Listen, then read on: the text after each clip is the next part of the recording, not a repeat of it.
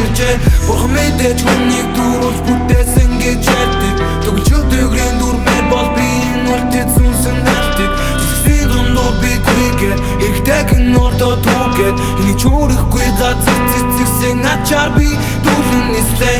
Оддыг зориглон түүгээд амандаа би хийлээ. Одоод минь биш тархин минь урд мөнхийн гэрэл гэлээ. Харахгүй бодлууд бүгд хийсээр хасаагүй түүгэн одлоо. Хэнийг бодогдохгүй гэр асан асад баян одлоо.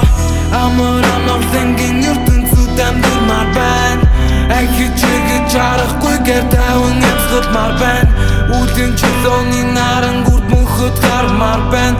Үсийг нийлүүр сурсан насандан эргээд очмоор байна. Тэврийн ертөнц таалагдаад дүрд мөнх байх юм шиг санагдаад үнэн зүйл худлаа дарагдаад өөрийгөө зөвхөн харагдаад ирч хүч минь бүгд барагдаад өөрчлөгдөж байгаа нь харагдаад өмнөх өөрийгөө сангалзаад чөтгөрийн сандаас татгалзаад мянган цэцгэс дэлгэж байсан энэ гариг дээр мөнгөн борооны тусал бүр газар чингэн нэвчэж эхлээд өдөг гонгоц талаач ивээд хөрсдөлхий хуучин хивээр солонгийн энэ ертөнцөд бурхан чөтгөр хоёр ачиж иржээ.